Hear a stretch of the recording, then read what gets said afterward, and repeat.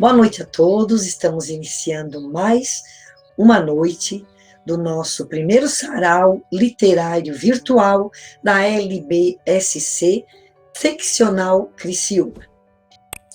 Quem aqui já leu o livro História Sem Fim, de Michel Ende, um alemão, escritor infanto-juvenil? Não foi todo mundo, mas tenho certeza que todos já viram o filme, né? História Sem Fim, com o menino Bastian, lembram? Então, a história conta que o menino Bastian, através de um livro misterioso, penetra em um mundo chamado fantasia e descobre que esse mundo está morrendo porque os filhos dos homens estão deixando de crer nos seres fantásticos. E Bastian, empolgado, mergulhado naquela história, fica dias sem comer até adoece, que até chega a adoecer. Essa história, ela fala daqueles que deixaram de sonhar, daqueles que se prenderam tanto à sua realidade externa, aos afazeres da vida, que esqueceram do sonho, esqueceram de quem eram, esqueceram das suas crianças interiores. Mas o que eu quero mesmo falar hoje é sobre paixão, sobre a paixão de Bastian. E para isso, eu vou ler para vocês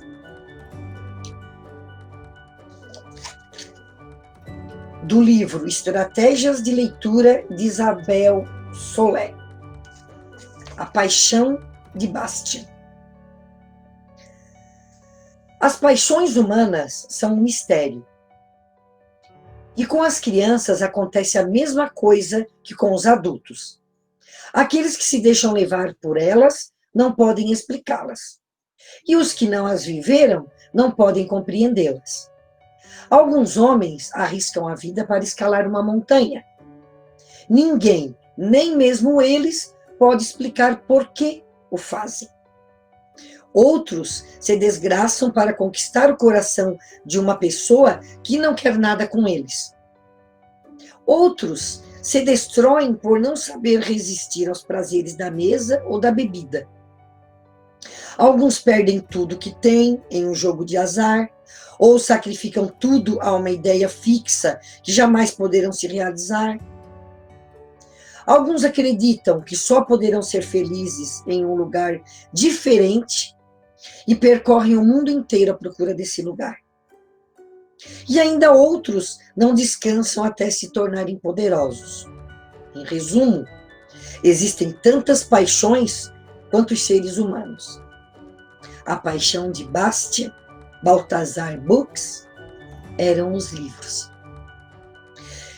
Quem não tiver passado nunca tardes inteiras diante de um livro, com as orelhas ardendo e o cabelo caindo no rosto, lendo e lendo, esquecido do mundo e sem perceber que estava com fome ou com frio. Quem nunca tiver lido à luz de lanterna, de vela, coberto das cobertas, porque papai e mamãe ou alguma outra pessoa solícita apagou a luz com um argumento bem intencionado de que tem de dormir e de que a gente tem que dormir também, porque amanhã precisa levantar bem cedinho.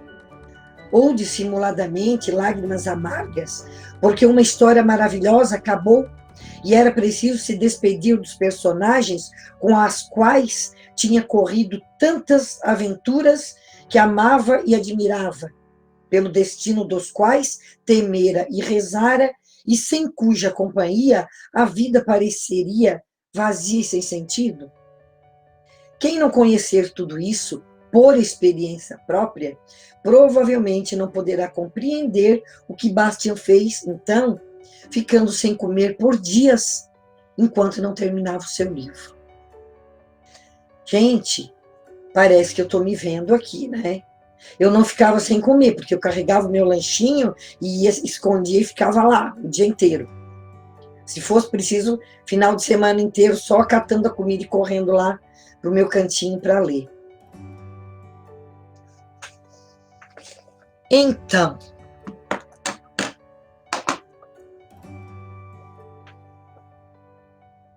Quantos de nós têm esse prazer pela leitura, né? Vamos estimular outros. Existe uma quantidade enorme de pessoas que não leem, que nunca conheceram esse prazer. Simplesmente porque nunca tentaram, nunca encontraram o livro certo, ou nunca foram encontradas pelo livro certo, né? E nós podemos ajudar, e é esse o nosso papel. Então, essa noite, vamos conhecer mais um pouco da literatura e dos livros desses fantásticos escritores que estão aqui hoje para nos oferecer a sua luz, as suas trevas também, né? Da sua escrita. Sejam todos bem-vindos. Hoje, então, na nossa atração musical, teremos mais uma apresentação do cantor, compositor, escritor fantástico Marcelo Gomes.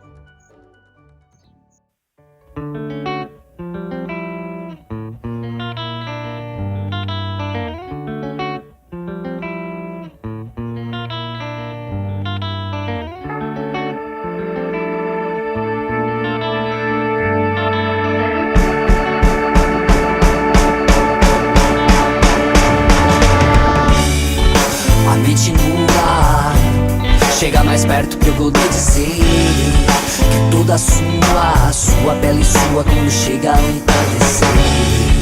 De longe ao vento depressa pra minha casa e traz um sentimento, tuas velhas formas e segredos, tudo isso faz. Do avesso do teu verso, o universo conspirou. Me despeço do reverso, noite adentro fundou.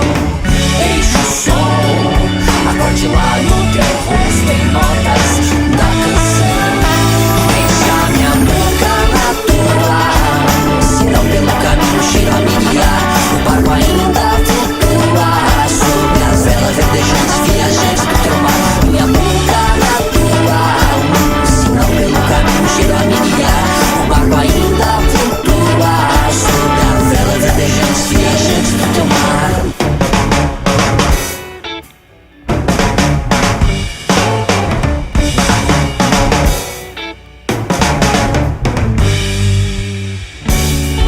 A mente nua chega mais perto pra eu poder dizer que é toda sua pele sua quando chega ao entardecer.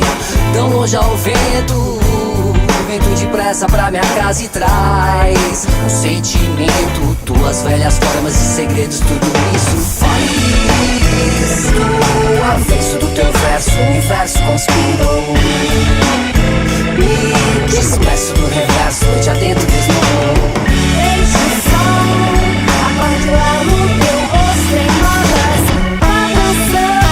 Deixa minha boca na tua, senão pelo caminho cheiro a me guiar. O barco ainda flutua sobre a vela verdejante, viajante do teu mar. Minha boca na tua, senão pelo caminho cheiro a me guiar. O barco ainda flutua sobre a vela verdejante, viajante do teu mar.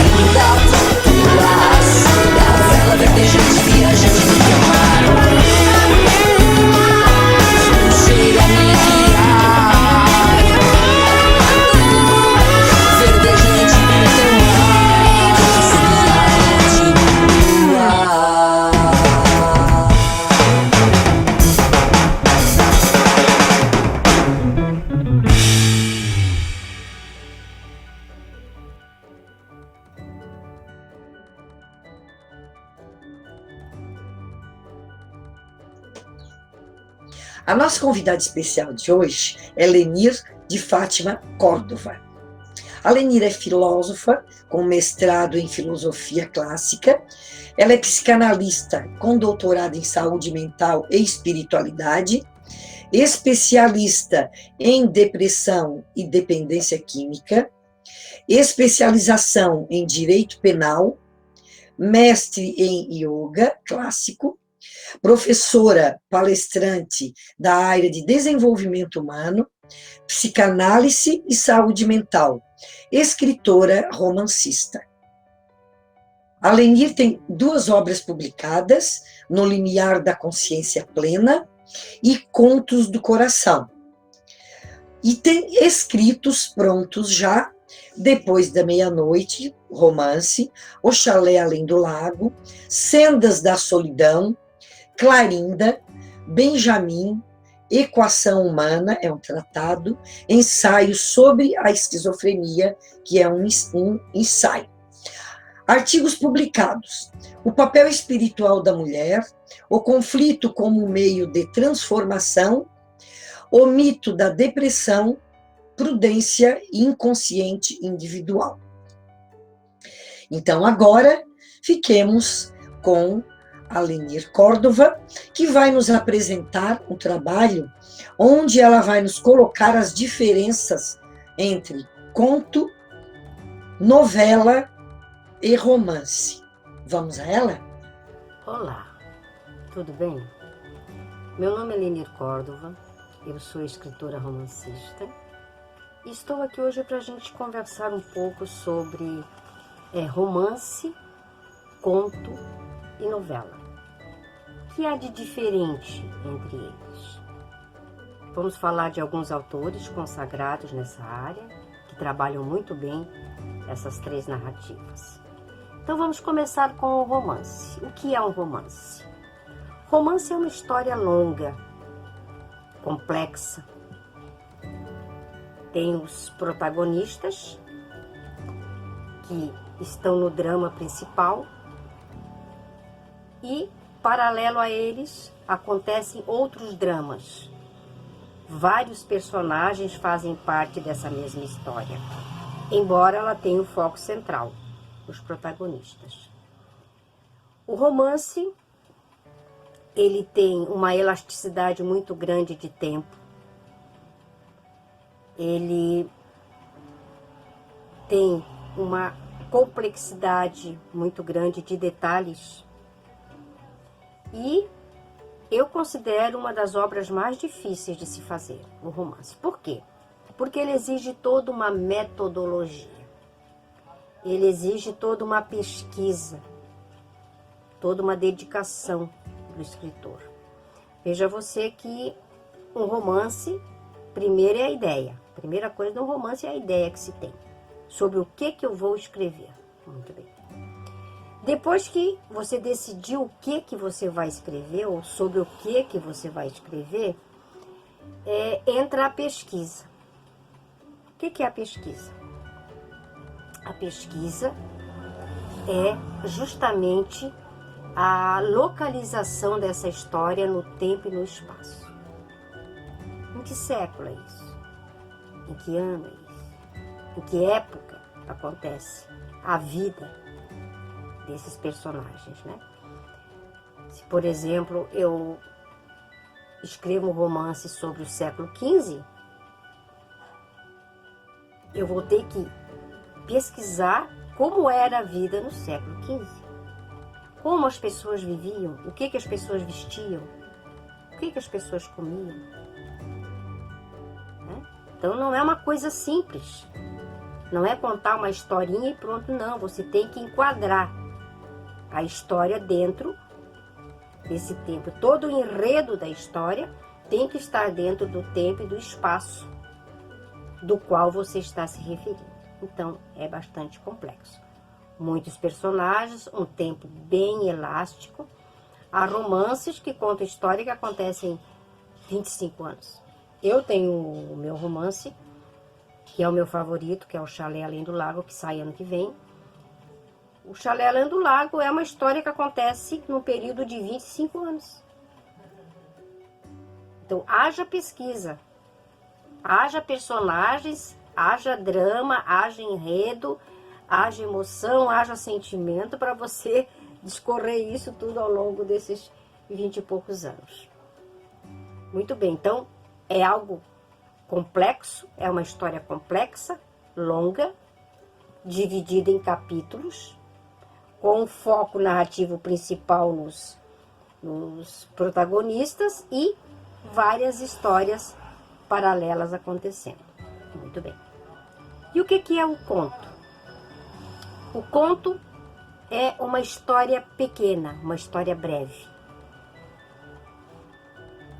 Normalmente o foco está num personagem ou num casal, vamos dizer assim, num protagonista.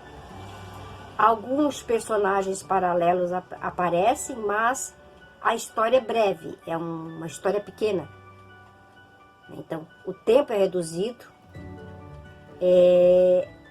o fato é resolvido rapidamente, com início, meio e fim.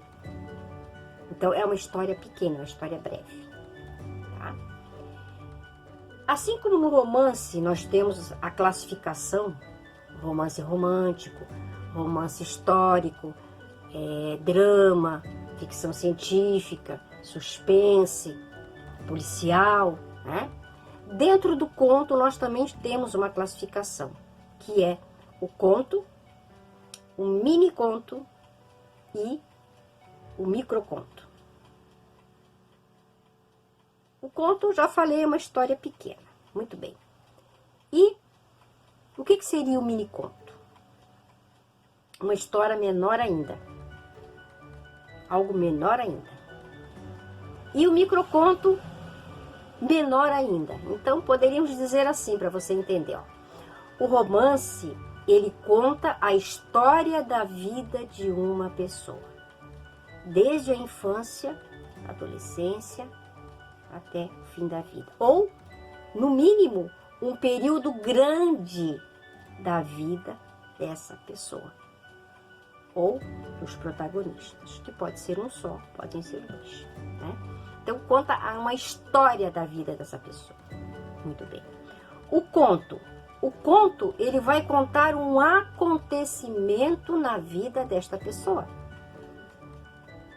Veja bem, um acontecimento. Por exemplo, a história do casamento dessa pessoa. A história do casamento de uma pessoa pode ser um conto.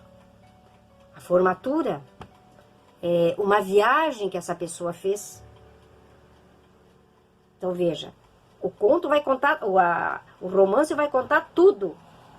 O conto vai contar só aquele acontecimento específico da vida da pessoa. Rápido, reduzido a um espaço e tempo menor, né? Um conto, ele pode acontecer num dia, numa semana, num mês. É aquele acontecimento e pronto. O mini-conto, o que seria? O mini-conto seria uma situação. Não um acontecimento, uma situação na vida dessa pessoa. Um episódio que pode ter acontecido com ela, por exemplo, numa viagem de trem. Mais rápido ainda que o próprio conto. Uma viagem de trem aconteceu um determinado episódio, aquilo se transforma numa pequenina história. Mini-conto. E o microconto? O microconto é um episódio. Né? Um episódio. É uma coisa momentânea que acontece com a pessoa e que resume tudo. O Hermann Hesse tem um mini-conto muito interessante que depois eu passo para vocês, tá? Ficou claro, então? Romance, conto. Muito bem. E a novela? A novela, ela fica entre o romance e o conto. Porque ela também vai contar uma história, só que não tão longa, não a história inteira da vida de uma pessoa. Mas ela vai contar um acontecimento. Que aí tem mais a ver com o conto do que propriamente com o romance. Ela vai contar um acontecimento. Ela vai contar uma fase da vida da pessoa. De uma forma dinâmica, rápida, com início, meio e fim. E que é interessante, a novela, em cada capítulo que ela tem, ela encerra uma fase. E no capítulo seguinte, ela já vem com outra fase. Isso não acontece no romance. Um capítulo em si é um capítulo em si. É um acontecimento. Ou seja, poderíamos até dizer que um capítulo do romance é um conto. Né? Mas não fecha. O conto fecha. No romance, esse capítulo dá partida para o próximo capítulo. Ele não fecha. Fica um final aberto. Cada capítulo deixa um final aberto, porque tem uma continuidade depois. Muito bem. Outra característica importante da novela é a rapidez com que as coisas acontecem. A dinâmica é diferente. Não é a mesma dinâmica de um conto. A dinâmica da novela é diferente. Muito bem. Eu separei alguns autores, alguns escritores interessantes, para dar exemplo dessas três categorias, do romance, do conto e da novela. Em relação ao romance, eu escolhi um alemão, de 1877, olha só, o ano que a criatura nasceu, 1877, na Alemanha, que morreu em 1962, eu tinha 2 aninhos quando ele morreu, que é o Hermann Hesse. Acredito que todos já ouviram falar no Hermann Hesse. Hermann Hesse ganhou o Nobel de Literatura em 46. A obra do Hermann Hesse reflete muito a própria vida. Uma vida difícil, imagine, alemão, passou por 2 guerras, fora os outros conflitos da terra dele, porque a Alemanha nunca foi um país pacífico, né? Então, um homem muito sofrido, uma história de família também bastante sofrida, e ele vai refletir isso nas obras dele, como, por exemplo, no Lobo da Estepe. O Lobo da Estepe é uma obra que é praticamente uma autobiografia do Hermann Hesse. Ele conta a história da vida dele.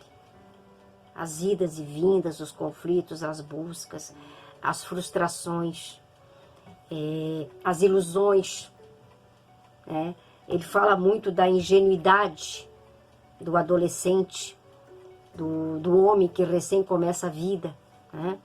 Que sai de casa, que se vê sozinho no mundo, que tem que enfrentar todos aqueles conflitos e muitas vezes não teve uma boa base e aí ele fica meio perdido. Então, o Lobo da Estepe fala sobre isso. Muito interessante. Um outro romance muito interessante dele também é o Damian. Damian também fala do conflito de uma adolescente, mas mexe mais com o lado sobrenatural, aquele lado não muito compreendido, temido e desejado ao mesmo tempo. É a história que envolve o protagonista, que é o Damian, e o personagem, que de certa forma representa ele próprio. E outro que talvez você conheça até bem mais do que esses 2 que eu citei, é o Siddhartha, o Buda. Então, Siddhartha é resultado da paixão que o Hermann Hesse tinha, sempre teve pela filosofia oriental. Ele visitou a Índia, ele estudou muito filosofia oriental, estudou muito hinduísmo, estudou muito budismo, e aí saiu Siddhartha. Aquele romance é o lado místico, é o lado filosófico do Hermann Hesse. E tem um pensamento dele que eu gosto muito, que ele diz assim: a alegria e o sofrimento são inseparáveis, como compassos de uma mesma música. Acho muito interessante esse pensamento dele. Como compassos de uma mesma música. Para conto, eu escolhi alguém que é comum a você e a mim. Miranda May. Miranda foi minha aluna. Lançamos juntas o primeiro livro de contos dela, A Luz e a Escuridão. E entre os contos favoritos meus da Miranda é A Fera e Restos. São os 2 contos favoritos meus. A Miranda eu a chamo de sombria. Eu sou a luz e ela é a escuridão, de certa forma. Que ela gosta de escrever nessa linha e eu já gosto da outra linha, né? Mas A Fera e Restos são os meus favoritos. No livro da Miranda, nós vamos encontrar contos, que é um livro de contos, mas lá nós vamos encontrar também o mini conto. Mini conto, tá? Muito interessante. Recomendo, quem já não leu, eu recomendo que leia A Luz e a Escuridão, de Miranda May. Para a novela, eu escolhi 2 autores que eu gosto muito. Gaston Leroux, um francês, contemporâneo do Hermann Hesse, é um pouquinho mais velho, ele é de 1868, nasceu na França, em Paris. É uma vida também bastante difícil, e ele sofreu uma influência muito grande do Allan Poe e do Conan Doyle, né? Sofreu bastante influência deles. E a obra mais famosa do Gaston se transformou num filme, que é O Fantasma da Ópera. Quando a gente assiste O Fantasma da Ópera, dá a impressão que é um romance, mas não é, ele é um conto. Ele tem toda a característica do conto porque o foco está centrado na cantora de ópera e no fantasma, né? E olha que interessante, essa ideia dele escrever essa novela surgiu numa das visitas que ele fez no museu, que depois se transformou num teatro, onde eram apresentadas óperas. E ele, muito curioso, entrou para visitar os calabouços desse suposto museu, que já existe desde antes da Revolução Francesa. Então, imagine o que é que não aconteceu naqueles subterrâneos ali. E, na visita, havia uma historiadora, né, uma guia, que contou para eles, né, sobre as várias histórias que existiam sobre esse teatro e o que havia por debaixo dele, nos túneis debaixo dele. E ela dizia que ouviam vozes, que ouviam gritos, né? E foi daí que ele tirou a ideia de fazer O Fantasma da Ópera.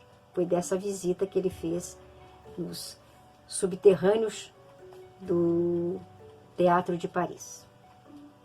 Interessante a história, né? Bem interessante. Por que que ela é uma novela? Porque ela é menor que um romance, maior que um conto, mas ela tem uma dinâmica diferente do conto. Bem aquilo que eu falei sobre a característica da novela. É uma rapidez. Quem assistiu o filme, e o filme não faz muito jus ao livro, que fique claro, tá? O livro é muito mais intenso do que o filme. Algumas coisas eles não colocaram no filme. Tem uma dinâmica muito grande e foca nos 2 personagens. A história é em relação a eles, mas em cada cena a coisa já vai se definindo, que é uma das características da novela. Cada cena que está atrás, que aparece, as coisas já vão se definindo. Então, o movimento é muito rápido, o filme é muito rápido, o livro é muito mais rápido, a novela é muito rápida, né? Então fica aí a dica do Gaston Leroux para vocês lerem O Fantasma da Ópera como um exemplo de novela. Outro autor que eu separei também, são todos lá da Europa pelo jeito, né? É o José Saramago, o escritor português. O José Saramago é mais contemporâneo nosso, né? Ele nasceu em 1922, então ele já está mais próximo da gente. ganhou o Nobel de Literatura em 98. É um contestador, um revolucionário. Olha o pensamento dele. Não existe pontuação quando se fala. Quando falamos, seguimos o fluxo dos pensamentos e das emoções. Por isso que a escrita dele é do jeito que é, né? Ele não bota ponto em nada. Um homem espetacular. Claro que não é o meu estilo. Eu jamais escreveria como ele, mas eu admiro a coragem dele de ter sido diferente, né? Numa época em que as exigências do público leitor são bem maiores, né? Cara corajoso pra caramba. Este português fabuloso, a principal obra dele, quero falar um pouquinho do romance dele, que eu acho que todos deveriam ler, é Ensaio sobre a Cegueira.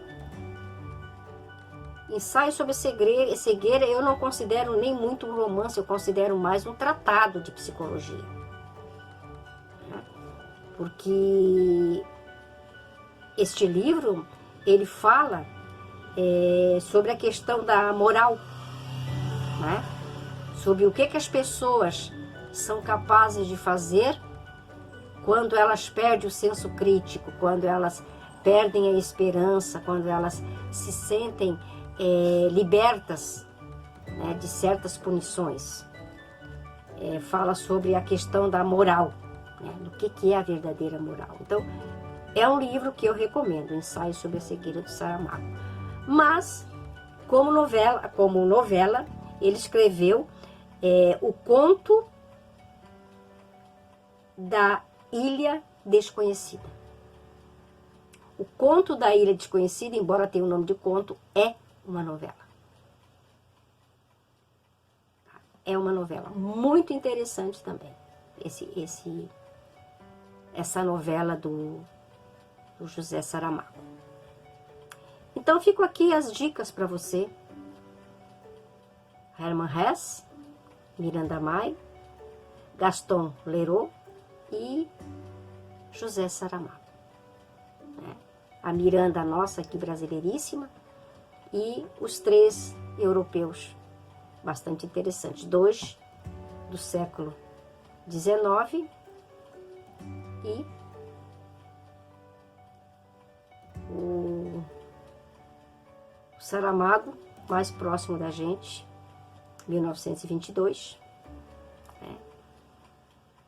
O Saramago morreu em 2010, tá? Só para vocês saberem como ele é bem contemporâneo nosso. Morreu em 2010. Eu espero ter colaborado para o entendimento, né, sobre o que é um romance, o que é um conto e o que é uma novela. Sobre a complexidade do romance, a objetividade do conto e a dinâmica, a fluidez de uma novela. Fica aqui a dica, então, das leituras. Fica aqui a dica das reflexões, depois da leitura, sobre esses grandes escritores. Estou sempre à disposição e a gente se vê num outro momento. Até! A escritora que irá homenagear na noite de hoje um dos grandes da literatura brasileira é Natália Mendes, da LBSC Seccional de Ilhota. Ela vai homenagear Cora Coralina. Natália nasceu em agosto de 1995 e teve contato com a literatura desde a primeira infância. Ela é filha de professora e um amante de teatro. Então, o gosto pela leitura dela, né, e pela cultura, preocupação pela cultura, já vi, não foram por acaso, né? Diante desse cenário, ela tornou-se professora de língua portuguesa e membro da Academia de Letras do Brasil de Santa Catarina, seccional de Ilhota. A Natália ocupa a cadeira número 10. Cora Coralina pseudônimo, né, de Ana Lins dos Guimarães Peixoto, nasceu na cidade de Goiás em 1889 e faleceu em 1985. Poeta, contista brasileira de prestígio, Cora se tornou um dos maiores marcos da nossa literatura. Iniciou sua carreira literária aos 14 anos com o conto Tragédia na Roça, publicado no Anuário Histórico e Geográfico do Estado de Goiás. Casou-se com um advogado Cantídio Tolentino e teve 6 filhos. Voltou para Goiás depois de 45 anos ao enviuvar. Aninha, como também era chamada, escreveu a maioria dos seus versos nas horas vagas ou entre as panelas do fogão. Para quem diz que não tem tempo, né, gente? Olha só, né? Cora publicou seu primeiro livro aos 76 anos e despontou como detentora de uma das maiores expressividades da poesia moderna. Nunca é tarde, gente. Foi a vencedora do concurso intelectual do ano, do troféu Juca Pato, tornando-se a primeira mulher a receber tal honraria. Em 1984, ela foi eleita símbolo da mulher trabalhadora rural pela Organização das Nações Unidas para a Agricultura e Alimentação. Em 1985, foi criada a Associação Casa de Cora Coralina, entidade de direito privado e sem fins lucrativos, que mantém o Museu Casa de Cora Coralina com a sua finalidade de projetar, executar, colaborar e incentivar atividades culturais, artísticas, educacionais, ambientais, visando, sobretudo, a valorização da identidade sociocultural do povo goiano. E também, né, preservar a memória e divulgar a vida e a obra de Cora Coralina. Então, agora nós teremos a homenagem de Natália Mendes, que vai interpretar o poema de Cora Coralina, Não Sei. Olá, eu sou a professora Natália Mendes e hoje venho aqui compartilhar com vocês um poema em que gosto muito, da Cora Coralina, para quem sabe aquecer o nosso coração nesse tempo de mudanças e incertezas. Não sei. Não sei se a vida é curta ou longa demais para nós, mas sei de que nada faz sentido se não tocarmos o coração das pessoas. Muitas vezes basta ser colo que acolhe, braço que envolve, palavra que conforta, silêncio que respeita, alegria que contagia, lágrima que corre, olhar que acaricia, desejo que sacia e amor que promove. E isso não é coisa do outro mundo. É o que dá sentido à vida. É o que faz com que ela não seja nem curta e nem longa demais para nós, mas que seja intensa, verdadeira, pura enquanto durar. Feliz é aquele que transfere o que sabe e aprende o que ensina. Cora Coralina. Hoje nós vamos conhecer uma pessoa fantástica, a escritora Cristiane Dias. Cristiane é professora de língua portuguesa e inglesa, efetiva na Rede Estadual de Educação de Santa Catarina, graduada em Letras, Português e Inglês e especialista em metodologia no ensino de língua estrangeira moderna. Ela tem 5 livros publicados: Coisas Desinteressantes, Ouro Negro, As Matrioscas, As Janelas e Outros Contos e Miss Plus Size. Foi vencedora do Prêmio Educar Nota 10 e recebeu a medalha da Ordem Nacional do Mérito Educativo em 2018. Seu livro, As Matrioscas, foi vencedor do 4º Prêmio UFES da Literatura na categoria juvenil e semifinalista do 4º Prêmio Guarulhos de Literatura em 2020. Vamos ouvir então a Cristiane, que vai hoje nos trazer um assunto assim muito interessante para todos nós que escrevemos, que é contos. Olá, eu sou a Cristiane Dias, escritora, e hoje venho conversar com vocês a respeito de um gênero que eu gosto muito, que é o conto. Então, vamos começar falando das características de um conto, o que um conto precisa ter ou não para entrar nesse gênero.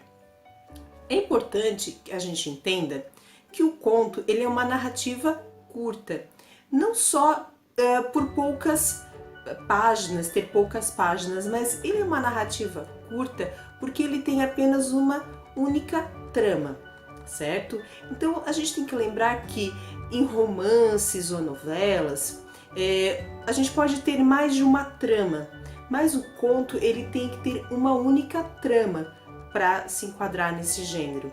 E também a gente precisa entender a questão do clímax. Né? O clímax é aquele ponto alto da história, o ponto de maior tensão da história.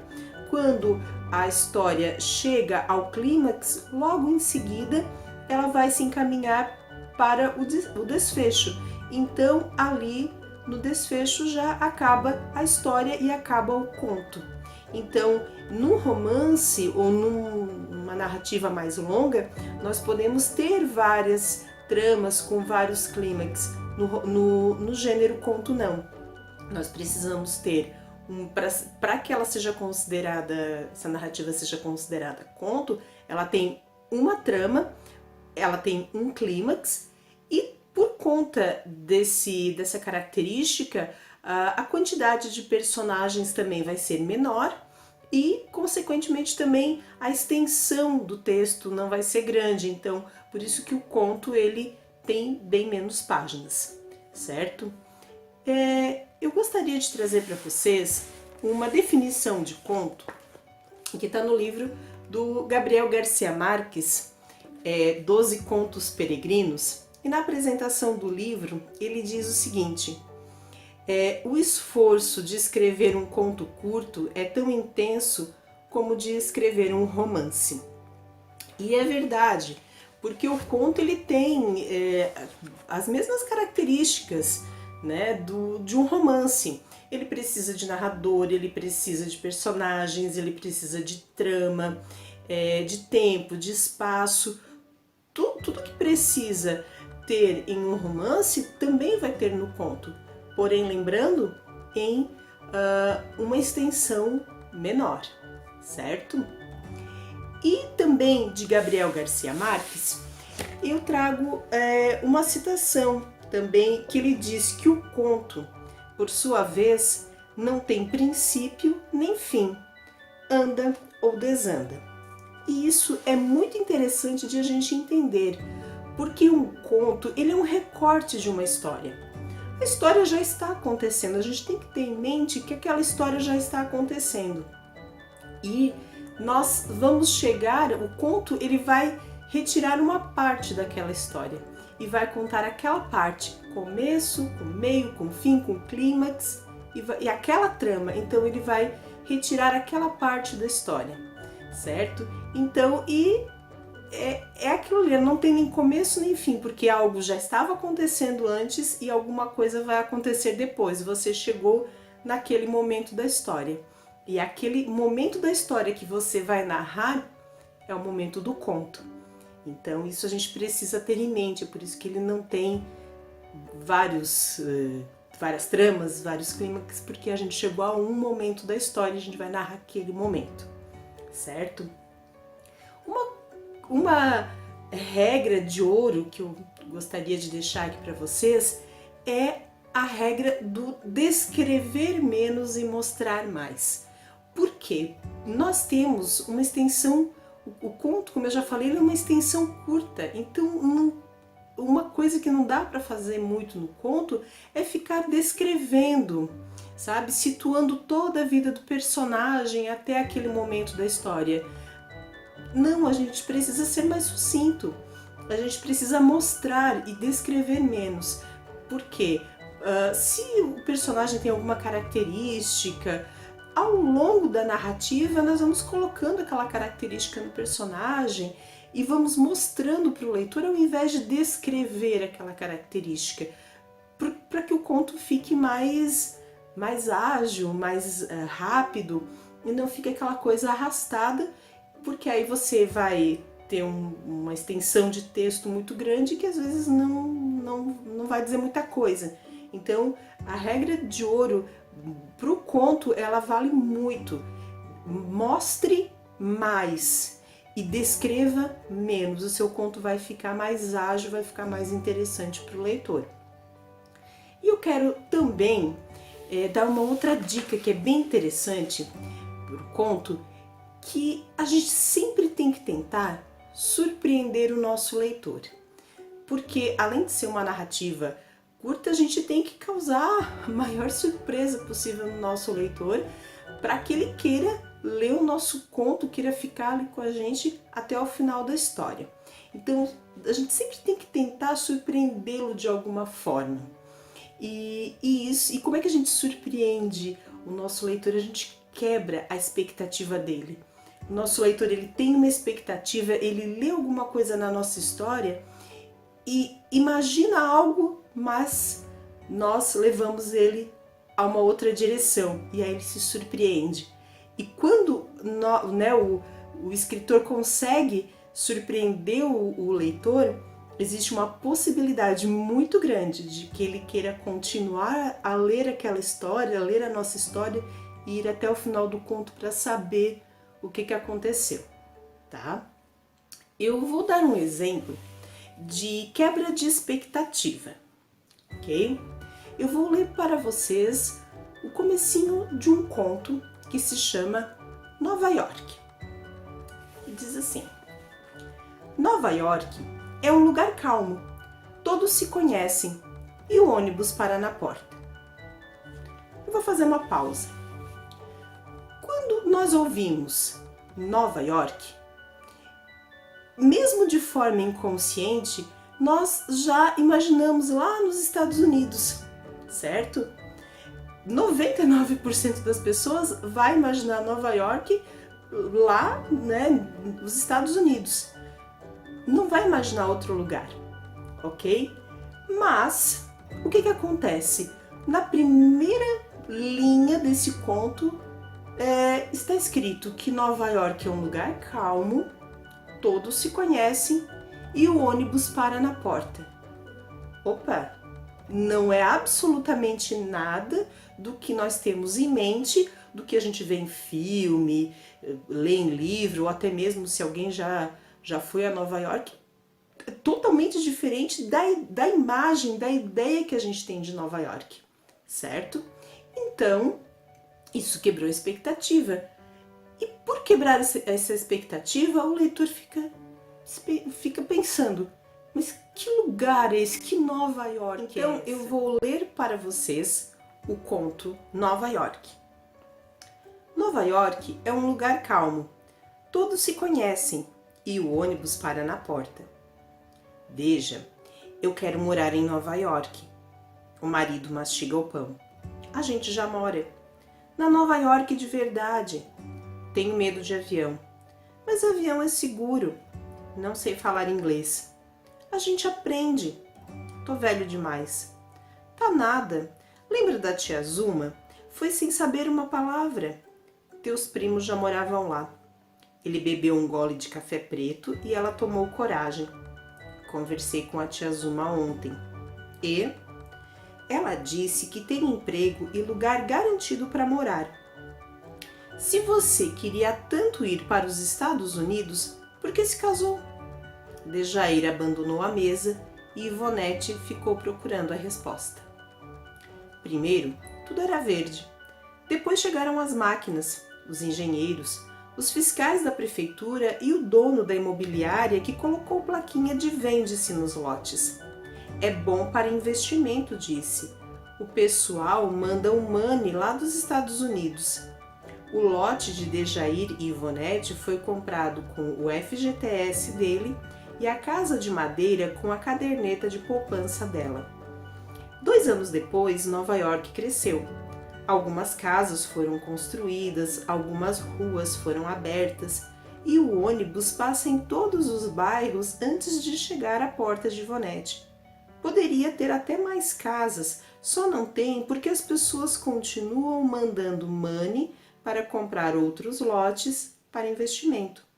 Os primos de Ivonete têm 3, tia Zuma 2, e todo Natal eles postam fotos no Facebook de pinheiros de verdade com neve de verdade.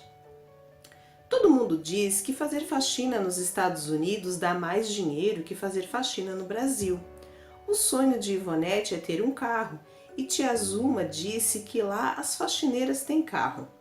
Dejair prefere ter moto, que é mais econômica, diz ele. A moto faz 20 km por litro e toda quarta-feira ele tem futebol com os amigos e na última sexta-feira churrasco na firma. Quando não tem futebol com os amigos ou churrasco na firma, Dejair gosta de ficar em casa. Então, no dia de futebol e churrasco, Ivonete aproveita para fazer faxina na própria casa. Tia Zuma convidou Ivonete para ir morar nos Estados Unidos faz muito tempo, quando ainda era solteira. Para tirar o visto e pagar a passagem, abriu uma caderneta de poupança na Caixa Econômica Federal, que acabou sendo usada para quitar a casa. Tia Zuma continua convidando Ivonete, mas só ela, porque não vai com a cara do marido. Diz que a sobrinha é muito bonita e que nos States ela pode trabalhar como garçonete e ganhar gorjetas boas, já que é tão simpática. No espelho do banheiro, Ivonete força um sorriso para ver os dentes amarelados. Acha difícil alguém dar gorjeta para um sorriso daqueles. O dinheiro acabou antes do final do mês. Nos Estados Unidos o dinheiro nunca acaba, tia Zuma disse. Esta semana ameaçaram cortar a água que Dejair ficou de pagar, porque ela já tinha pago todas as outras contas. Ele disse que ia dar um jeito. Ela disse que acreditava nele igual acreditava em Papai Noel. Brigaram. Não passam uma semana sem brigar.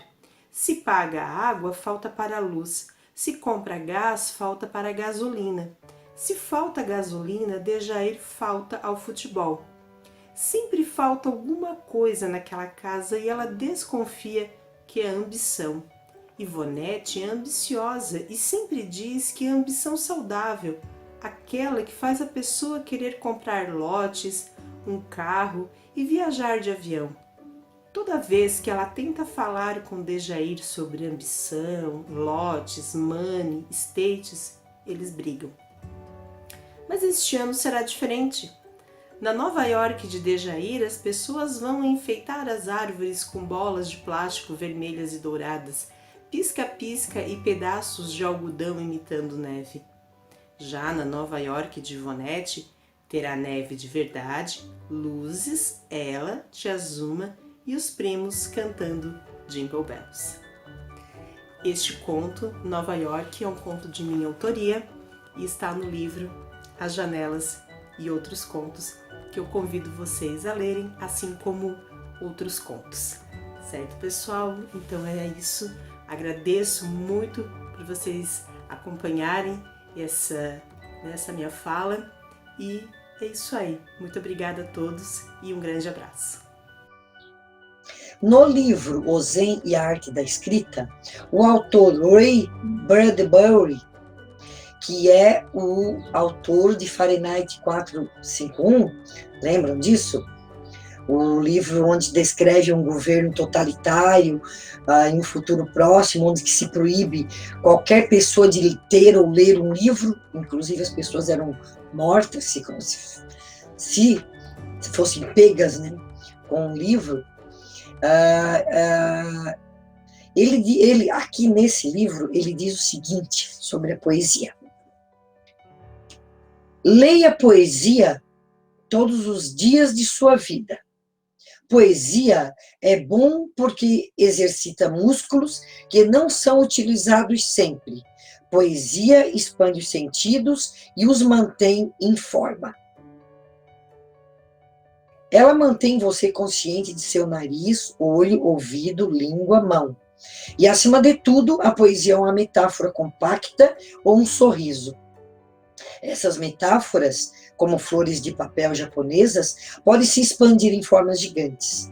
As ideias estão em todo lugar nos livros de poesia, embora muito raramente os professores de conto as recomendem para estimular a escrita. Então vamos ler poesia. Vamos estimular nossos músculos especiais, né? E para isso, vamos ouvir, na noite de hoje, esses fantásticos poetas que agora se apresentarão. Meu nome é Isabela Vitória, eu tenho 17 anos, moro em Florianópolis, no Ribeirão da Ilha, venero a arte e escrevo poemas. Eles não são tão extensos, mas eu acredito que, embora as alturas fossem médias e pequenas, há sempre um estrago por trás de poucas palavras. E hoje eu vou ler um poema autoral que se chama Mundo Encantado.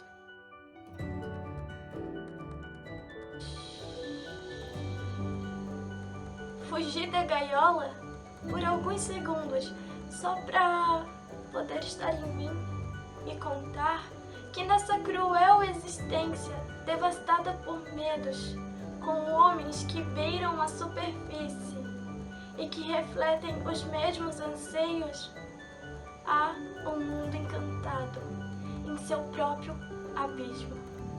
Ele é imenso como um céu e você voa como um pássaro que acaba de nascer. E suas asas batem contra tudo aquilo que não são de suas ambições. É um mundo de cores, prontas para serem sentidas e despejadas em seu ser o que quiser.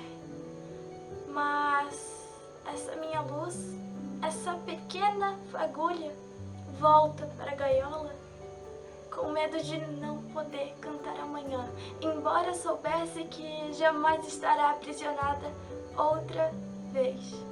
É que os corajosos, meus caros, abrem os olhos, mesmo sabendo que a vida é um piscar. Meu nome é Cheyenne Damasio Gione, sou professora e escritora. Viajantes. Viajantes, marinheiros ou piratas. Aqueles que fizeram morada, ainda que temporária, no abrigo do meu coração. Não me recordarei de nenhum de vós, porque hoje descobri que a alma não dorme e às vezes chovem milagres que não são vistos. Não me recordarei de nenhum de vós, porque hoje descobri eu não preciso de ninguém que não precise de mim. O Anjo das Sombras. Após ser banido no inferno sem perspectivas, Lúcifer presenteia seu braço direito a Aziel com o poder das sombras, o que lhe permite controlá-las ao seu redor e viajar através das penumbras. Lúcifer só não contava ser traído por Aziel, que conseguiu fugir para o paraíso. Então, os serafins Elemiá, Carretel, Citael e Verruiá decidem dar a Aziel a chance de se redimir. Para conseguir a redenção, Aziel contará com a ajuda de James, um cidadão comum que teve a vida rodeada de sombras e tragédias. James, mesmo desconfiado, decide aceitar a proposta de Aziel. Assim, dividindo corpo e mente, eles se tornam um guerreiro de Deus na guerra contra Lúcifer. Olá, eu sou Jorge Guerra, sou poeta. Origens.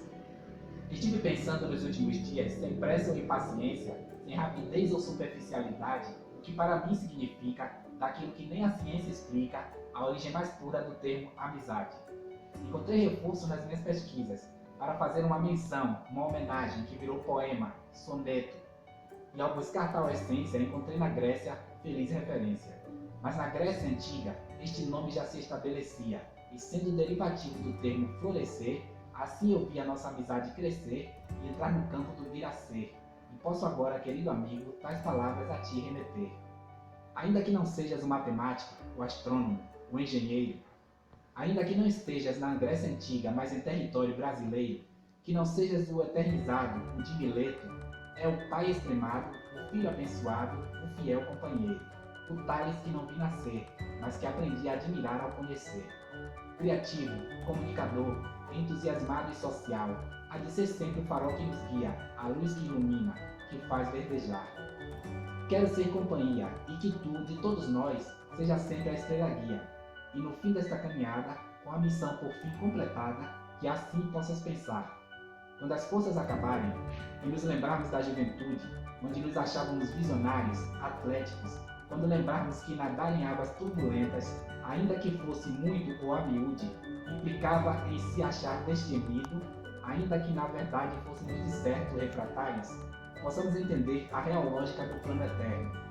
O que era demasiado justo acreditar que quando a nossa velhice chegar, aceitaremos, seremos, que o céu nos pareça mais alto, as estrelas tenham maior brilho, e que as águas estejam mais profundas, e que o bom Deus subscreva sorrindo que a nossa amizade eterna ainda permaneça, e que no trem da vida ela nos sirva de trilho. Jane Godinho Schaeffer, acadêmica da Seccional de Águas Mornas. Vou ler um poema autoral. Arte. Gosto de arte musicada, dançada, arte falada, criada, mas também pode ser copiada. Gosto de arte que é arteira, e da arte que só contempla, que não coloca viseira. De arte letreira.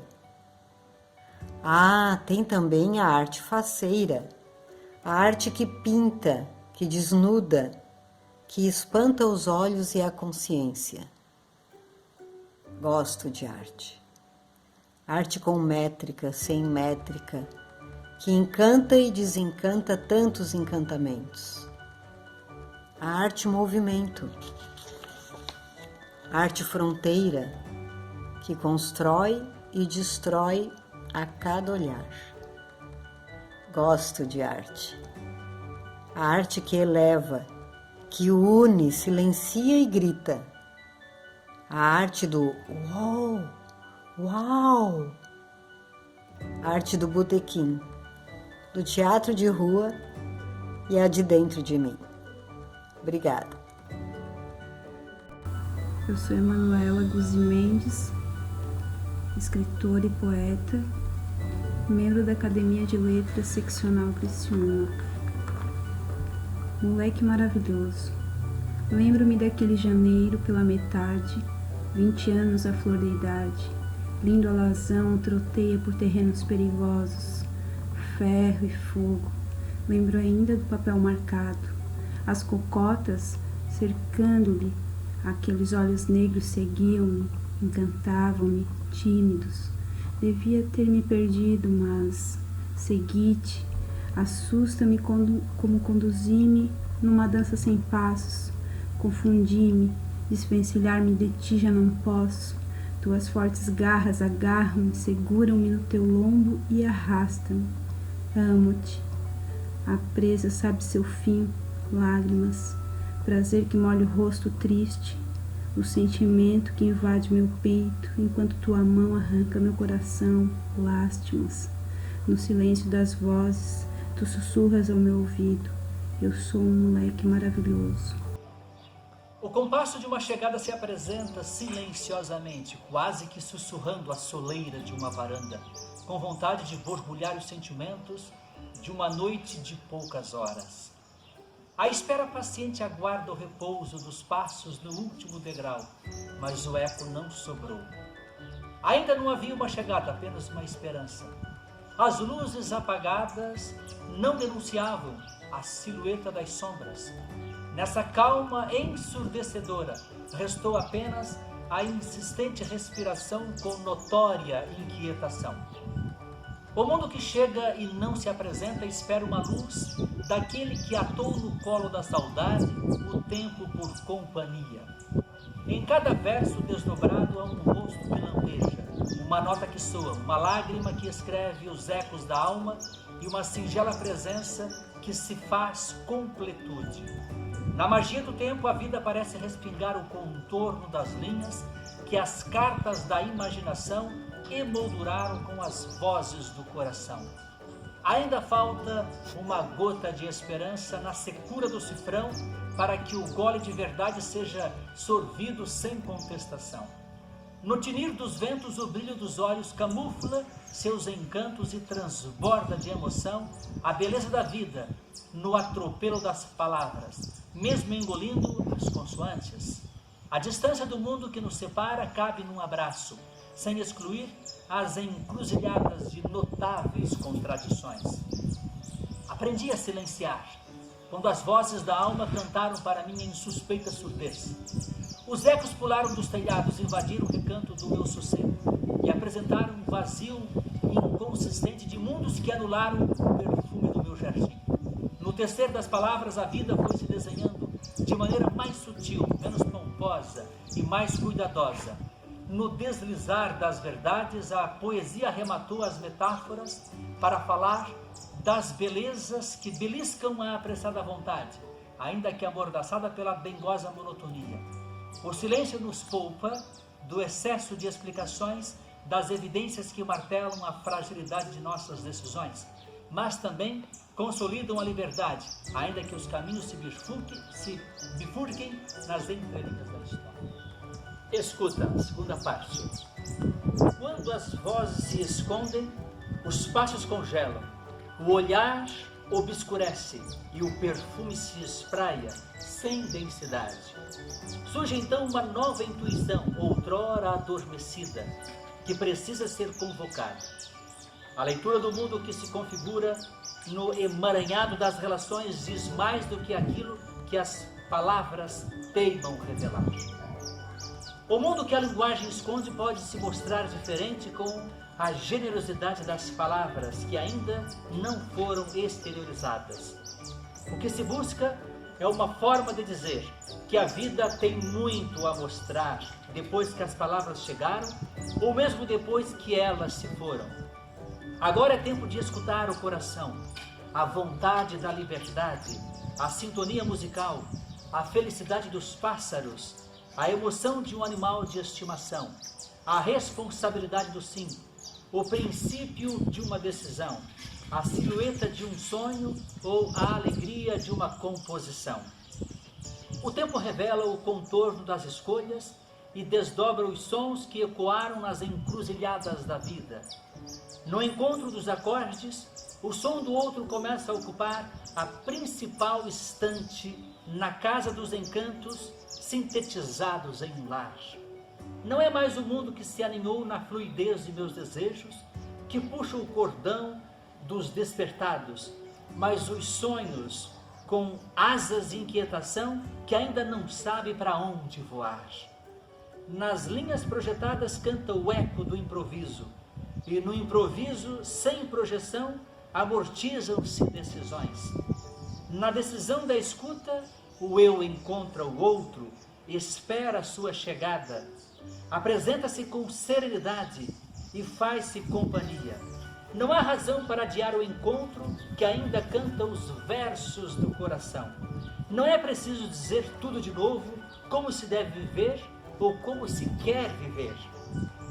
Quando a admiração toca a retina dos olhos, todo silêncio é um livro que se faz história nas memórias que o tempo não deixou de reinventar. O pedido de escuta é para que a voz não fique indiferente aos incapazes de ir além do mundo que desejam exprimir. Se a falta de silêncio é um não às vozes empoderadas, façamos silêncio para empoderar as vozes silenciadas. A escuta resgata a magia das palavras e da vida, a literatura que enfeitiça o coração.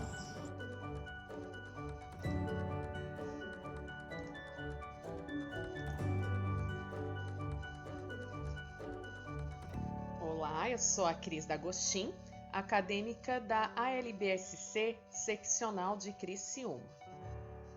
Dentro de mim. Dentro de mim, sensações mesclam-se, envolvem-se. Dentro de mim, ora isso, ora aquilo, tudo ou nada. Dentro de mim, interrogações sem respostas, imensidão. Dentro de mim, o despertar um coração pulsante. Dentro de mim, eu e você. Oi, eu sou a Andréia Lobato, sou formada em psicologia e apaixonada por escrever. O relógio não volta. Não tente consertar o seu passado. Entenda, o e se não muda nada. Não justifique a sua postura atual baseada em fatos que não voltam mais. Mude a sua postura no presente e só assim poderá construir um futuro diferente. Me chamo Olivier Mendes Bertin, sou membro da Academia de Letras do Brasil, Santa Catarina, seccional de Criciúma, ocupo a cadeira de número 4. Deixe-me viver. Neste primeiro mês, estou aqui, mamãe, dentro de você. Nesse meu cantinho, sentindo tua proteção, feliz e já cheio de sonhos, mas você não sabe da minha existência. Mamãe, agora 2 meses e finalmente você descobriu que estou aqui. Já estava ansiosa por você não saber que já estou fazendo parte de sua vida. Quero ser o motivo de muitos sorrisos, ouvir sua voz cantando, até eu adormecer em seu colo acolhedor. Mamãe, nesses 2 meses o meu corpinho já está se formando. Sinto minhas mãozinhas que irão segurar as suas para passearmos. Irei lhe dar muito carinho. Sabe, mamãe, já estou sentindo as batidas do seu coração. Mas algo está me preocupando nos últimos dias. Vejo lágrimas em seus olhos, muitas lágrimas. Queria estar aí para enxugá-las. Diga, minha mamãe, por que você está chorando? Estou percebendo que hoje você acordou diferente, deprimida, muito aflita e nem estou conseguindo dormir. Sabe, mamãe, eu já te amo. Eu sou uma menina e você ainda não sabe. Qual nome eu terei? Quando crescer, quero ser igual a você. Agora seria a hora de nós irmos visitar a vovó. Ela já sabe que eu existo? Mamãe, onde estamos indo? Por que você está deitando neste lugar? Estou com medo, estou ouvindo conversas estranhas. Mamãe, estão me machucando, estão arrancando pedacinhos do meu corpinho. Por quê? Agora estão tirando as minhas perninhas. Está doendo muito. Me ajude, mamãe, me proteja. Por que você está deixando alguém me machucar? Eu quero viver. Sou um feto com uma alma desfalecendo na dor e na agonia. Em segundos, tudo foi desfeito. Ia ser sua razão de viver. Iríamos enfrentar os problemas juntinhos. Eu ia cuidar de você e você cuidar de mim. Mamãe, eu já te amava, mas você me assassinou. Você não quis me trazer ao mundo, você se recusou a ser minha mãe. Eu não desaparecerei, porque Deus me deu uma alma eterna. Você não deixou eu ver a luz, mas viverei para sempre. Nesse momento, o fruto do seu ventre desapareceu, e sem importar os motivos, é algo que sempre ficará em seu coração, como se faltasse um pedaço, e que nunca mais voltará a ser completo. Luzes. A luz do farol guia-te ao mar. A luz de velas guia-te ao jantar. A luz da supernova guia-te ao espaço. A luz dos olhos guia-te ao abraço. A luz da lâmpada guia-te aos aposentos. A luz do fogo guia-te ao aquecimento. A luz do relâmpago guia-te ao trovão. A luz do sol guia-te ao verão. A luz no fim do túnel guia-te à esperança. A luz da fé guia-te. Boa noite a todos, bem-vindo a esse sarau. Eu sou Rodrigo Bittencourt, faço parte da ALBSC seccional Criciúma e hoje eu vou trazer algo diferente. Em vez de eu falar sobre o livro que eu estou escrevendo ou algum conto que eu estou escrevendo, eu comecei a mexer, procurar alguma coisa interessante e eu lembrei que eu tinha uma letra de uma música da banda na qual eu fiz parte que eu achei muito interessante porque ela foi escrita e foi criada mais de 15 anos atrás, e é muito interessante como ela é atual, relacionada à pandemia, no caso. Então eu vou abrir aqui e vou ler ela como se fosse um poema. E notem que ela é muito atual e tem muito a ver com a pandemia.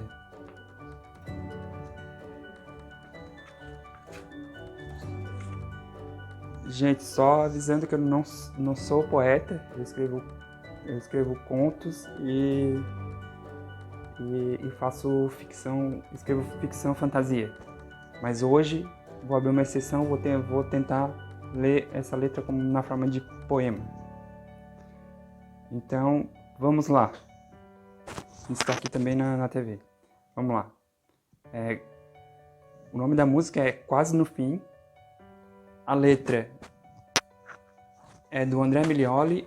A criação da música do instrumental é do Rodrigo Bittencourt e do Crislow. Então vamos começar a ler como se fosse um poema. Quase no fim. Não tenho vergonha de falar. A dor que eu estou, passando por momentos de solidão. Ninguém pode me ajudar. Estou sozinho. Minha vida está quase no fim. Não tenho medo de me lamentar. Pensar em pesadelos e rezar e não chorar. No meu sonho, eu quero gritar. Poder sair do sono e lutar. Não vou desistir, não vou parar de lutar. Não vou parar. Não vou desistir, não vou parar de lutar. E é isso por hoje. Espero que eu tenha trazido algo interessante para vocês. E até o próximo sarau. Muito obrigado.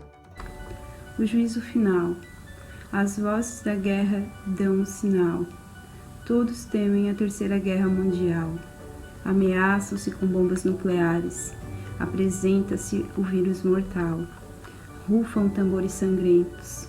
Na voz do vento, o som de clamor. Os astros celestiais são convocados, todos vêm armados. O silêncio das máscaras, o gemido e o temor e a falta d'água. Falta o ar, falta a vontade de continuar. Hoje a noite também é silenciada. Nos jornais não noticiam nascimentos, dizem alguns prazo final. Entre choros e lamentos, uns homens famintos por pão, outros dólar. Quisera a guerra colecionar, que deem as mãos todos os santos, porque o espetáculo vai começar. É guerra química letal, é bomba nuclear, é guerra do capital, é guerra santa de alguém.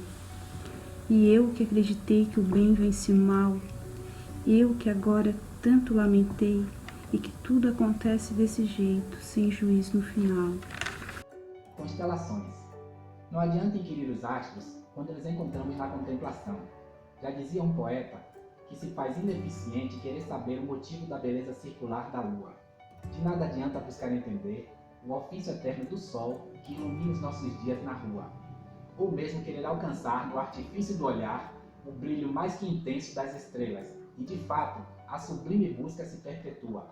Esqueçamos tais questionamentos, já que o conjunto celeste embala de maneira igual todo e qualquer acontecimento, pois se o arquiteto do universo de tal forma assim quis, de nada adianta inquirir os astros. E se assim deve ser, ao tentar a estrutura entender, ficamos inertes, de certo paralisados. Afinal, quando pudermos compreender, ou até mesmo a engrenagem transparecer, de modo mais simples, o destino a todos diz. São eles os astros, e nós, os desocupados. Porém, não fiquemos desanimados, pois sendo regra básica de todo aprendiz, todo ingrediente que falta temos de sobra, e isso basta para ser mais, muito mais feliz. Por isso, hoje eu compartilho desta imensa felicidade em todos os que amam a poesia e dela tiram com primazia o ardor da vida, a dureza da vida e a agonia da saudade. A longa viagem. Quando decidimos embarcar no trem da vida, sabemos que ao longo do percurso e dessa viagem existirão muitos embarques e desembarques. Em cada estação haverão encontros e desencontros. Ao longo do caminho, milhares de pessoas que cruzarão o nosso caminho. Algumas permanecerão ao nosso lado. Outras permanecerão por algumas estações, por algumas jornadas. Muitas cruzarão por algum objetivo, mas todas não aparecerão durante a vida por acaso, pois sempre apresentarão razões e motivos. E além disso, em um momento, se essas pessoas reencontrarão, porque todas deixam um pouco de si em cada um que passa pela nossa vida e levam um pouco de nós consigo.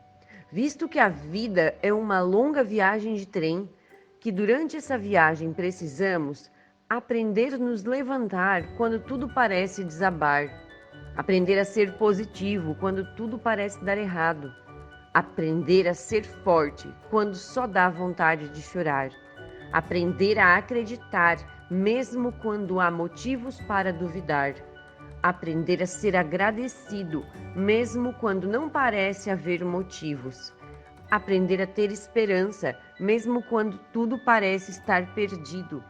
Se lembrem que precisamos nos levantar e seguir a nossa viagem, que em um momento você parará em uma estação com a sua missão concluída. Portanto, não deixem as situações te definirem e nem te controlarem. Siga adiante ao rumo da sua estação final. A Academia de Letras do Brasil de Santa Catarina está presente em 116 municípios do nosso estado. Na microrregional de Criciúma, temos a seccional de Içara, que tomará posse tão logo os eventos presenciais forem liberados. A seccional de Morro da Fumaça e a seccional de Criciúma.